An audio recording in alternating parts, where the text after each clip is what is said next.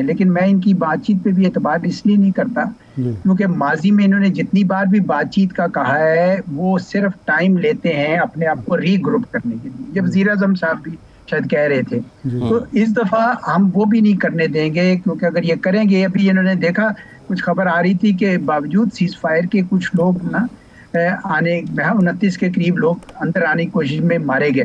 تو یہ ناقابل اعتبار قسم کے لوگ ہیں, یہ اسلام کا نام لیتے ہیں لیکن اس قسم کے کوئی وعدے جو ہیں انہوں نے نہیں رکھے, تو مجبور ہو کے پاکستان اور افغانستان کی صورتحال اب اس نہج پہ پہنچی ہے. اعزاز صاحب, آخر کیا وجہ ہو سکتی ہے کہ یہ ماضی کے احسانات تعلقات سب کچھ بھول گئے اور اپنی پسماندگی اور پاکستان کی عسکری قوت کو بھی بھول گئے؟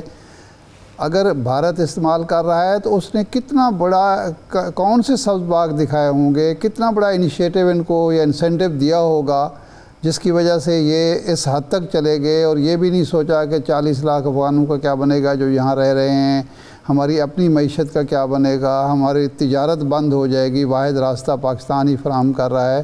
یہ کیوں نہیں سوچا گیا؟ کیا آپ کو لاجک نظر آتی ہے؟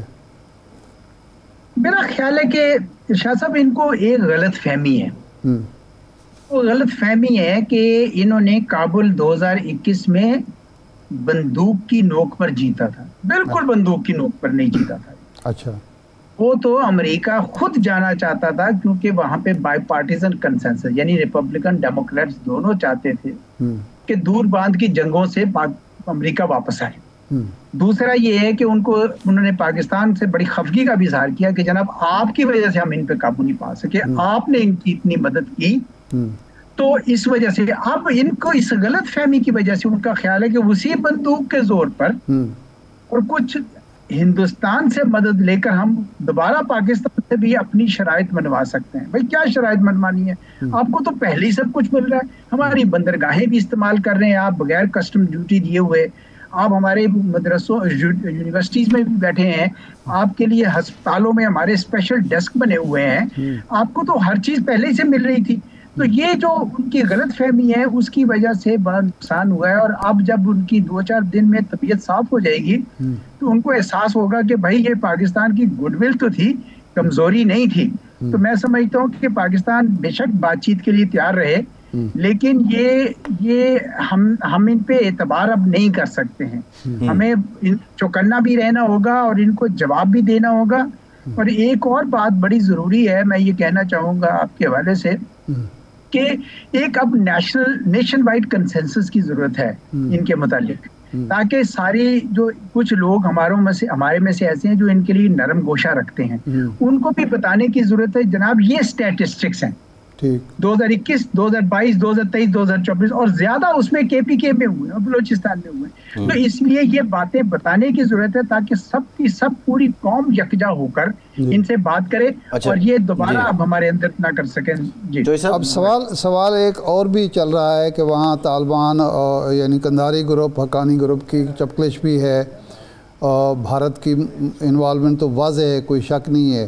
اگر مثال کے طور پر وہاں رجیم چینج ہوتی ہے تو ہم توقع کر سکتے ہیں کہ کوئی دوسرا گروپ جو بھی آئے گا, اول تو کیا انہی میں سے کوئی گروپ آئے گا یا پھر وہی شمالی اتحاد یا متحد ہوا, وہ پاکستان کے لیے مفید ہوگا یا پاکستان کے لیے سکون کا باعث بنے گا؟ I don't know, میں ذرا یہ سوچتا ہوں کہ بھائی ہم اس میں کیوں پڑے رجیم چینج میں. ٹھیک ہے جی, ہم نہیں پڑھتے. اگر خود بخود ہو جاتی ہے حالات, اگر خود ہوتی ہے تو ہوتی رہے. میں تو کہتا ہوں کہ اب افغانستان کو بالکل آپ ایک علیحدہ ملک کے طور پر, یہ جو آپ نے بڑا عرصہ برادرانہ مسلمان ہونے کے ناطے ان کو اتنی زیادہ رعایتیں دی ہوئی تھی, حتیٰ کہ افغانستان یعنی آپ دیکھیں ہندوستان کی ٹرانزٹ ٹریڈ نہیں ہو سکتی تھی, افغانستان سامان بھیج سکتا تھا ہمارے ملک سے, ٹرانزٹ ٹریڈ میں بھی یہیں پہ ڈمپ کرتے تھے سارا کچھ. میں آپ کو بتاؤں کہ جو پرانی حکومتوں میں اور طالبان کی حکومت میں کوئی فرق نہیں. ان میں سے کسی نے دیکھیں نا ڈیورنٹ لائن کسی نے مانی؟ طالبان پہلے بھی حکومت میں کر کے گئے 5 سال, پھر اب آپ آئے ہوئے 4 سال سے, کیا انہوں نے مان لیا ڈیورنٹ لائن؟ تو ان کی بھی میں آپ کو بتا رہا ہوں کہ جو بطور ریاست افغانستان جو ہے اس نے پاکستان کا قبول نہیں کیا ہے. اور اگر آپ کو یاد ہو تو 1946 میں انہوں نے ایک وفد بھیجا تھا कैबिनेट मिशन प्लान जब आया दिल्ली में, तो किंग जाहिर शाह ने कहा कि ये जो इलाके हैं दरियाए सिंध तक, ये सारे हमें दे दें। उन्होंने कहा भाग जाएं आप यहाँ पे। तो जब आप इस किस्म के क्लेम्स रखेंगे, इसीलिए उन्होंने यूएन में वोट भी नहीं डाला था शुरू में, बाद में तो ये साफ नजर आता है कि तालिबान भी वही चीज है कर रहे हैं जो पहले। इस वजह तो गलत तवक्कुआत नहीं होनी चाहिए।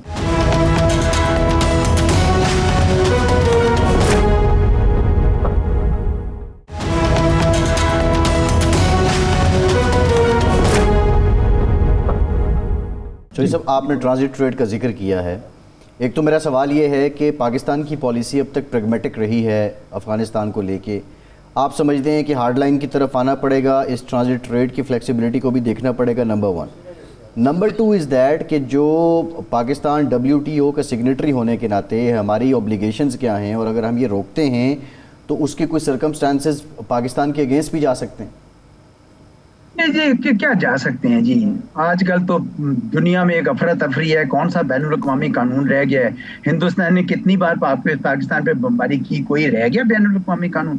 ये बात नहीं है। असल बात ये है कि आपने ट्रांजिट ट्रेड को दोबारा रेगुलेट इसलिए करना है क्योंकि ये ट्रांजिट ट्रेड पाकिस्तान में डंप हो जाता था सामान, ठीक है ना, क्योंकि ये ड्यूटी फ्री होता था, भाड़े निकल आते थे पाकिस्तान के अंदर, या अफगानिस्तान जाके तो वापस खच्चरों पे वापस आ जाता था। ये जो स्मगलिंग थी, हमें करना ये चाहिए कि ट्रांजिट ट्रेड, मेरा तो अपना ज़ाती राय ये है कि जो ट्रांजिट ट्रेड पे वहाँ पे जब गुड्स आते हैं, लेट से पाकिस्तान के अंदर कोई एक टेलीविजन की कंसाइनमेंट आई, उस पे एक आपको पता है खास ड्यूटी लग गई, ठीक है। जो अफगानिस्तान की जो टेलीविजन के ऊपर ड्यूटी ना लगने की वजह से इंसेंटिव पैदा हो गया कि इनको पाकिस्तान में डंप कर दिया जाए, आप उनकी ड्यूटी वहीं पे लगाएं। मैंने अक्सर ये देखा है मुख्तलिफ मुल्कों जो ट्रांजिट, जो लैंडलॉक कंट्रीज को देते हैं ट्रांजिट, वो वहीं पे ड्यूटी वसूल करते हैं पहले, फिर 4-6 महीने के बाद वो जाके, मेरा ख्याल है हिंदुस्तान और नेपाल का भी कुछ इसी किस्म का अरेंजमेंट है, ये पता करने की जरूरत है। पाकिस्तान वहीं पे ड्यूटीज ले इनसे, ठीक है जी, तमाम, ताकि अब कोई इंसेंटिव नहीं रह जाएगा कि यहाँ पे वो डंप हो, और वो चार्जेस भी हो जो हमारी सड़क इस्तेमाल होने के हैं, और उसके बाद वो बेशक गुड्स चले जाए, वो वापस कभी भी नहीं आएंगे क्योंकि वो महंगे गुड्स होंगे, वो आएंगे ही नहीं। तो पाकिस्तान को इकोनॉमिक इंजरी कम से कम नहीं होगी। ये सारी बातें अब हमें दोबारा से देखने की जरूरत है। अच्छा, इस वक्त पाकिस्तान और अमेरिका के ताल्लुकात माशाअल्लाह बहुत अच्छे हैं। ट्रंप साहब तो खैर आज भी जिक्र कर रहे थे हमारे वज़ीर आज़म का, उनकी उस गुफ्तगू का जो उन्होंने शर्म शेख में की थी। तो इस पाक अमेरिका ताल्लुकात को चीन कैसे लेगा, और क्या अगर इंडिया के ताल्लुकात दोबारा बेहतर हो जाते हैं, जिसका आज इंडिया दिया कि जी वो रूस से तेल की ख़रीदारी बंद करने के लिए भारत तैयार है, तो हम समझें कि भारत और अमेरिका की दोबारा यारी होगी और हम फिर बेवफाई का तोता चश्मी का शिकार हो सकते हैं? देखिए क्यों नहीं, उसकी वजह यह है कि आजकल तो अपने कौमी मफाद की बुनियाद पर सारे की सारी अलाइनमेंट्स होती हैं। इस वक्त भारत शिकंजे में आया हुआ है क्योंकि उसने डोनाल्ड ट्रंप साहब की ये बात नहीं मानी कि, या उसका उस एहसान का उन्होंने उनको माना नहीं है कि इन्होंने जंग रुकवा दी। जंग तो हिंदुस्तान के कहने पे रोकी गई थी। तो डोनाल्ड ट्रंप साहब को 2-3 दर्जन बार ये कह चुके हैं, लेकिन हिंदुस्तान उनको एक लिहाज से शर्मिंदा करता है कि वो उनकी बात नहीं मान रहा। दूसरा ये है कि उनकी ट्रेड डील हो रही है, उसमें भी वो कुछ कंसेशन मांग रहे हैं, इनको दबाव रखा। और तीसरा वो रूस के तेल वाली बात है। तो जब ये सारी बातें सेटल हो जाएंगी तो अमेरिका और जो हिंदुस्तान वो एक नेचुरल अलाइज है, ठीक है जी, और वो एक बार फिर करेंगे। लेकिन अभी कोई इतनी तेजी में नहीं होगा शाह साहब। उसकी वजह ये है कि इन्होंने तो हिंदुस्तान को ये तैयार किया था कि ये चीन के खिलाफ एक हमारा यानी एक बुलवार खड़ा हो जाएगा, वो तो खड़ा नहीं हो सका वहां पे। उसने तो पाकिस्तान से अगर नहीं हरा सका तो चीन को क्या हराएगा। तो वहां पे भी अब सवालिया निशान उठ गए हैं। तो ये आहिस्ता आहिस्ता होगा, इसमें घबराने की बात नहीं है कि भाई एकदम से हो जाएगा तो हम क्या करेंगे। हमारा अल्हम्दुलिल्लाह पाकिस्तान का की जो नई पॉलिसी है वो ये है कि हमने सारे मुल्कों के साथ ताल्लुकात रखने हैं अपने कौमी मफाद की बुनियाद पर।